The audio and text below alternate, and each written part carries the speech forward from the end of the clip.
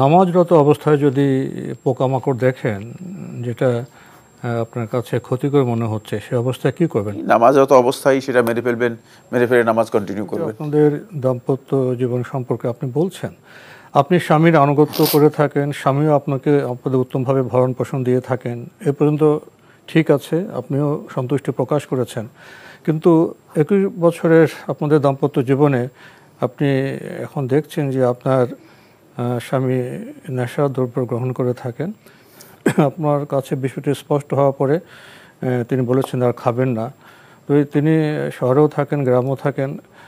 গ্রামে গিয়ে আপনি দেখেছেন যে আবারও তিনি নেশার দ্রব্য নিচ্ছেন, কিন্তু বলার পর অস্বীকার করেন। তো এই ব্যাপারে কথা বললে উনি আপনার সাথে দুর্ব্যবহার করেন। আপনার প্রশ্ন হলো, আপনি একজন দিনদার মহিলা হিসেবে এখন আপনার করণীয় কী? ধন্যবাদ, অনেক লম্বা প্রশ্ন করেছেন, আমরা খুব সংক্ষেপে উত্তর দিব। সেটা হচ্ছে এই, আপনি তার পেছনে এই গোয়েন্দাগিরি করা আপনার জন্য জায়েজ ছিল না। 2 নম্বর, গোয়েন্দাগিরি করা জায়েজ ছিল না জি, হ্যাঁ জি। 2 নম্বর যে বিষয়টি সেটা হলো, তাকে শুধুমাত্র বিনম্র ভাষায় অত্যন্ত কোমলভাবে তাকে আপনি এটাকে অনুরোধ জানান এবং বিরত রাখার জন্য চেষ্টা করুন।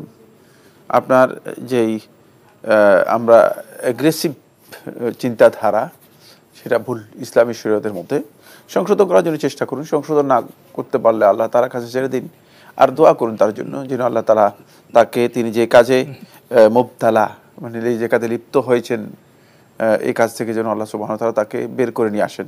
এর অতিরিক্ত কোনো দায়িত্ব নিজের উপর নেবেন না। নেশার ক্ষতি সম্পর্কে তো বর্তমানে অনেক তথ্য উপাত্ত আছে, এগুলো দিয়ে তো উনি সাহায্য নিতে পারেন। এই ওয়াজ হয়তো তিনি শুনবেন না, কিন্তু অন্যের মাধ্যমে হয়তো সেটা করাতে পারলে ভালো। শুনবেন, তার মাধ্যমে নিতে পারেন, নিজে না পারলে কারো মাধ্যমে, অন্য মাধ্যমে। জি হ্যাঁ, জি জি, অন্যের মাধ্যমে করাতে পারেন। আপনাকে আরো ইতিবাচক হতে হবে, আরো নমনীয়ভাবে সংশোধনের চেষ্টা করতে হবে। আর সংশোধনের ক্ষেত্রে যেন কারো ক্ষেত্রে যেন ইগো না আসে, সেটাও একটি গুরুত্বপূর্ণ বিষয়। প্রিয় দর্শক, আমরা নতুন প্রশ্নে যাচ্ছি। আসসালামু আলাইকুম, পরিচয় দিয়ে প্রশ্ন করুন।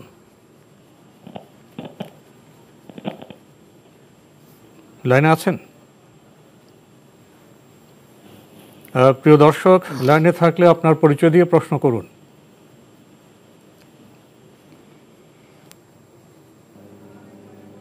আসসালামু আলাইকুম। ওয়ালাইকুম আসসালাম। আমি প্রশ্ন করতে যাচ্ছি। কোত্থেকে ভাইয়া, কে বলছেন? আমি বলছি গাইবান্ধা জেলা থেকে। কে বলছেন ভাইয়া? আমার নাম হচ্ছে মোহাম্মদ আলাহাদ। জি ভাইয়া, বলুন, আপনার প্রশ্ন করুন।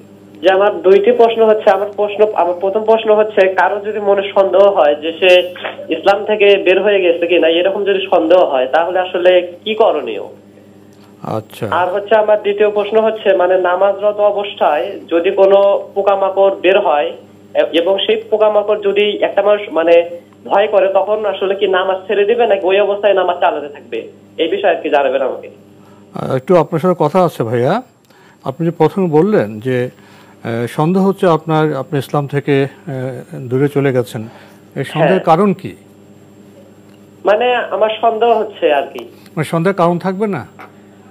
আপনি কেন মনে হয়, আপনি তো মুসলিম, আপনি কেন মনে হচ্ছে ইসলাম থেকে আপনি দূরে সরে যাচ্ছেন? নিশ্চয়ই এমন কোনো কাজ করেছেন, সে কাজ বলতে কি আপনার কোনো অসুবিধা আছে?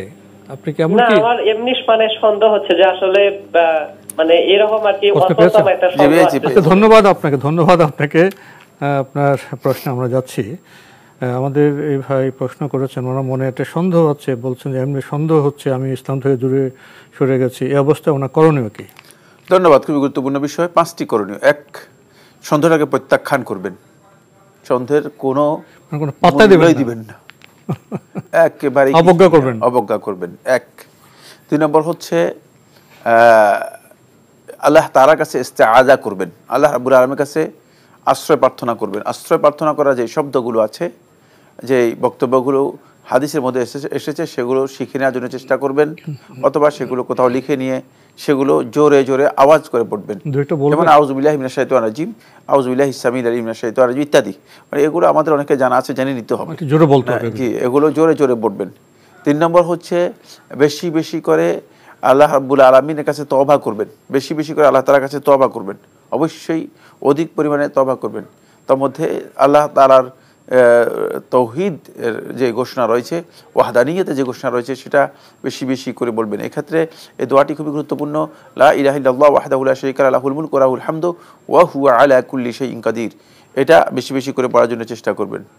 4 নম্বর হচ্ছে যখনই এ ধরনের একটা পরিস্থিতি মানে তৈরি হবে তখনই চেষ্টা করবেন নিজে মানে যেই চিন্তাধারার মধ্যে আছেন সেখান থেকে অন্য কোনো কাজে, অন্য কোনো অবস্থায় ট্রান্সফার হয়ে যাওয়ার জন্য, মানে তাহাউল মিন হালিন ইলা হাল, এক অবস্থা থেকে আরেক অবস্থায়, মানসিক অবস্থা থেকে অন্য অবস্থায় চলে যাওয়ার জন্য, যাতে করে এখান থেকে আপনি নিজেকে রক্ষা করতে পারেন।